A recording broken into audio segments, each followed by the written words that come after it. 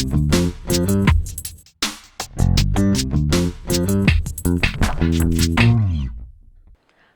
I'm Stephanie Jaworski of joybaking.com. Today we're going to make hot cross buns. This is a seasonal yeast bread, especially popular at Easter. The first thing we're going to do is activate our yeast, and we do this just to make sure that it's nice and fresh. So you will need to take 1 cup, that's 240 milliliters of milk. You can either use a full fat or a reduced fat milk, and you want to heat that to lukewarm. If you want to measure that on a thermometer, that would be 100 degrees Fahrenheit or 38 degrees Celsius. And you can just heat it in the microwave like I've done, or you could just do it on the stove, either way. So we're using milk. I mean, a lot of bread doughs use water. We want a richer tasting bread. That is why we're using the milk. And to that, I'm going to add active dry yeast. Now you can buy this type of yeast either in little individual packets or loose in a jar. So what you will need is one of those little envelopes, which is 1/4 ounce, 7 grams, or if you're buying it in the jars, you will need 2 teaspoons of the active dry yeast. And I'm just going to put that on top. And then yeast likes to feed on sugar, so I'm going to add a teaspoon of granulated white sugar. And then just stir that together. You don't want your milk boiling because then that will like kill the yeast. So you just want it nice and warm. So just stir that together. And now I'm going to leave that till it's nice and foamy. That will take 5 to 10 minutes. So now we'll start our dough. If you are using an electric stand mixer like I have here, you will need both the paddle attachment and the dough hook. Or you could just use a large bowl and a wooden spoon. So we're going to mix the dry ingredients together. So you will need 3½ cups of all-purpose flour. You may know that as plain flour. And that, if you want to go by weight, is 1 pound of flour or 455 grams. And then to that, we're going to, hot cross buns are a little sweet, so we're going to add some sugar. I'm using 1/4 cup, 55 grams of light brown sugar. You could use just regular white sugar if you would prefer that. And then hot cross buns need to be, they're a spicy, kind of a spicy bun. So what we're going to add is 1 teaspoon of ground cinnamon, 1/4 teaspoon of ground allspice, 1/4 teaspoon of ground cloves, and 1/4 teaspoon of nutmeg, and 1/2 teaspoon of salt. I like to use a kosher salt. Now you can, that's the kind of the mix of spices I like. You can like up or down that amount, or you could leave some out. If you don't like nutmeg, you could leave that out. And so then use the paddle attachment, and we're just going to mix these together on low speed.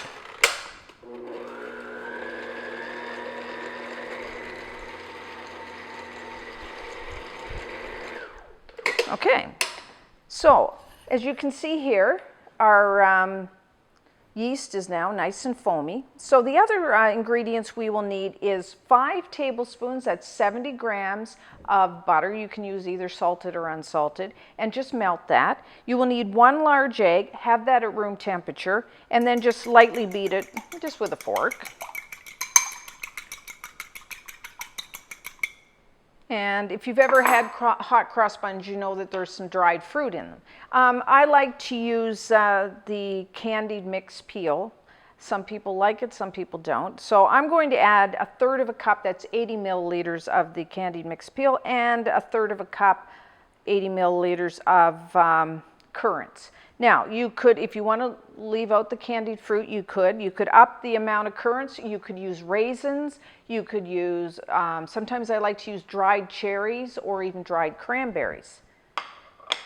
So, keep your paddle attachment. And what I'm going to do is slowly add in, have your mixer on low speed, slowly add in the yeast.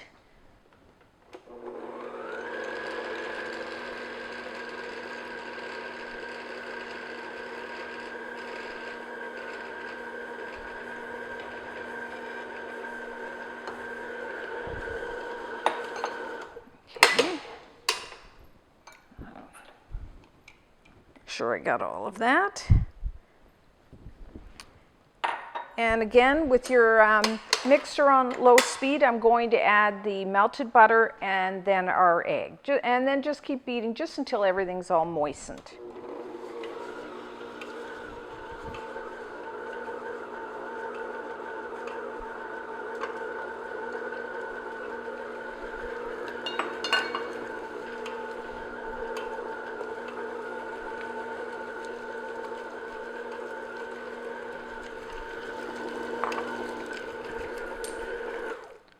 Okay. The egg and the butter will add a nice richness to this bun. You really smell all those nice spices. Fills the kitchen. Okay, so now we're going to switch over to the dough hook, because we're going to have to knead the dough. What I'm going to put the mixer on low speed and mix in all the dried fruit, and that way it'll just slowly mix it in. That way it'll get thoroughly, you won't have clumps of dry fruit. The fruit will be evenly distributed through the dough.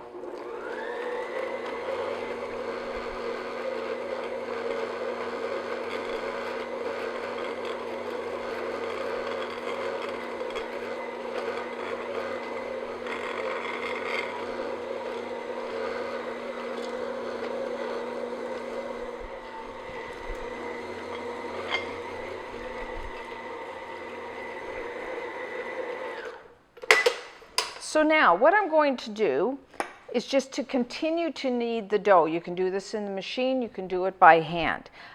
You may have to add more flour. We didn't want to add all the flour at the beginning just in case. It's hard to know how much of the liquid the flour will absorb.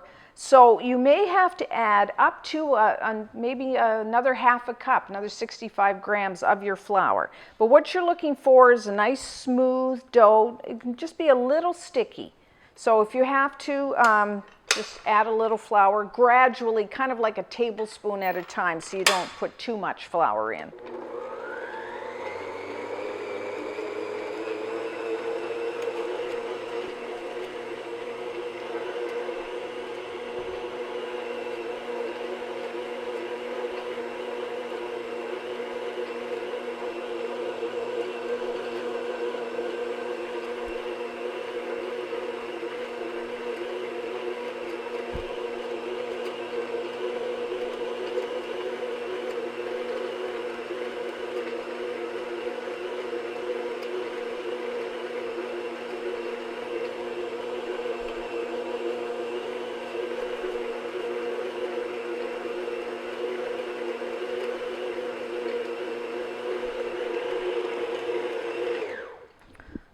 Okay, so what I like to do, some people like to mix it totally in the mixer. If you can see, it's starting to clear the sides of the bowl and form a ball, but it's not totally. So what I like to do is finish it off by hand. So just put a little flour down on your counter. That way you make sure you don't add too much flour, and plus I just like to feel the dough. Okay, so just put a little flour. So what you're looking for is a nice, smooth, soft dough.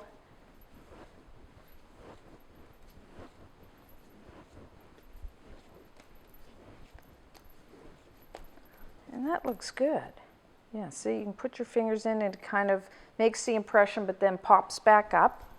So now, you will need a large bowl.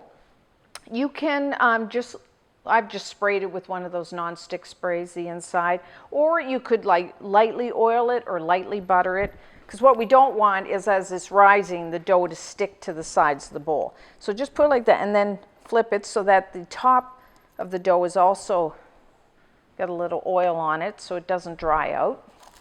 And then we're going to cover it with a piece of plastic wrap. Cover it loosely. And you want to put it in a warm spot. And we want it to rise to almost double. That will take, depending on how warm your kitchen is, somewhere between 1 and 2 hours. Okay, so now, as you can see, our dough has risen very nicely. So I just use my fingertips, just gently press down to release the air.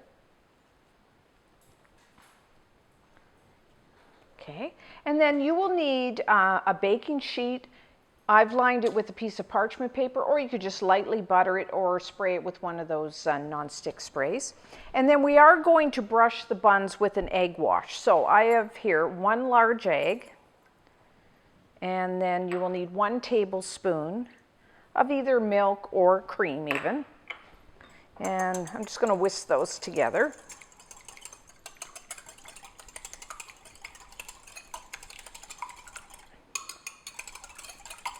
And then also have a pastry brush, because you need to brush the tops of the buns. Now we're going to form our dough into 12 individual buns.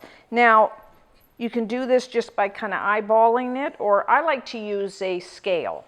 So just weigh the dough and then divide it by 12. So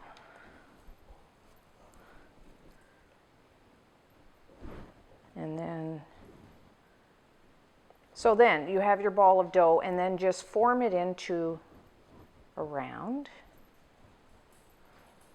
And then just put it on your baking sheet. Now, you will need 12, so I do 3 across 4 rows. So, okay, there we have it. So just space them evenly apart, like that. Because again, we're going to let these rise, so you want to give some space. And then just brush the tops with the egg wash.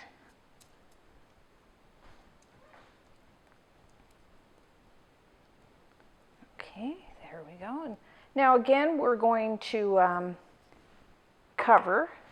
Now, if you've ever done this and just take a piece of plastic wrap and put it over top, what normally happens is the plastic wrap ends up sticking to the tops of the buns, which we don't want to happen. So what I do is just take one of these non-stick sprays and just spray my plastic wrap, and that way, or you could just spray the top of the buns, and then that way the plastic wrap, as the buns rise, it won't stick. So just loosely cover, and again, put in a nice warm spot in your kitchen and let them rise to almost double. Depending again on how warm your room is, that will take anywhere from say a half hour to an hour. Okay, so now as you can see, our hot cross buns have a nice rise to them. So they're ready to be baked. So preheat your oven to 400 degrees Fahrenheit, that's 200 degrees Celsius. Now, hot cross buns, the most distinguishing feature is that there's always a cross on top. Now, we are going to pipe a confectioner glaze frosting on the buns once they are baked. But what we're also going to do now is cut across right into the dough. Now, I like to use a clean pair of kitchen shears to do that. You could also just use a small sharp knife. You might want to lightly grease that knife and then just cut across like this. Not too deep.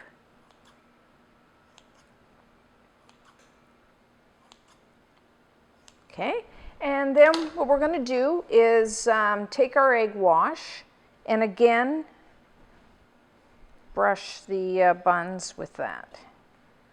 That'll give them a nice shine as they bake.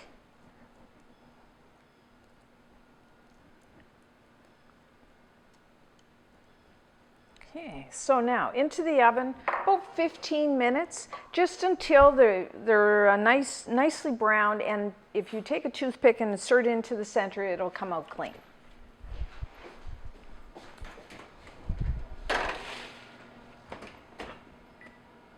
So our hot cross buns are now done. As you can see, they're a beautiful golden brown color. And if you take a toothpick and insert it into the center of one, it will come out clean. So we're going to let these cool, and then I will show you how to make the confectioner frosting. So now we'll make our glaze. In a small bowl, I have a half a cup, that's 60 grams of confectioner sugar. You may know that as either powdered or icing sugar. And to that, I'm just going to add about a scant tablespoon of either milk or cream. And then we're just going to stir that together. We want it thick enough so that we can pipe the cross on the top of the buns.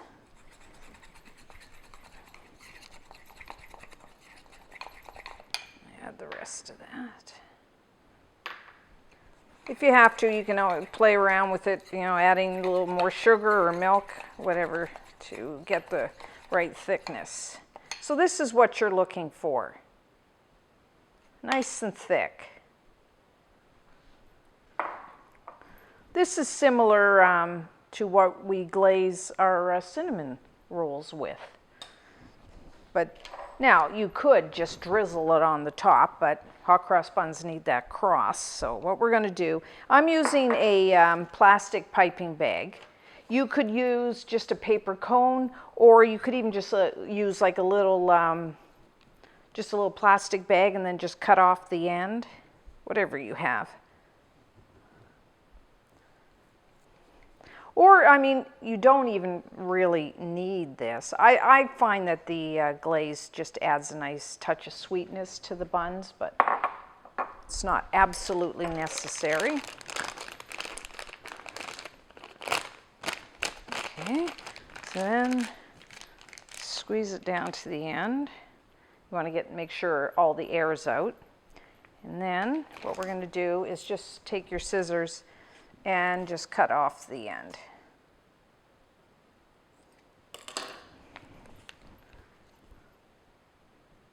Now you can pipe as thick or as thin a line as you want on this. So just like so, and the other way.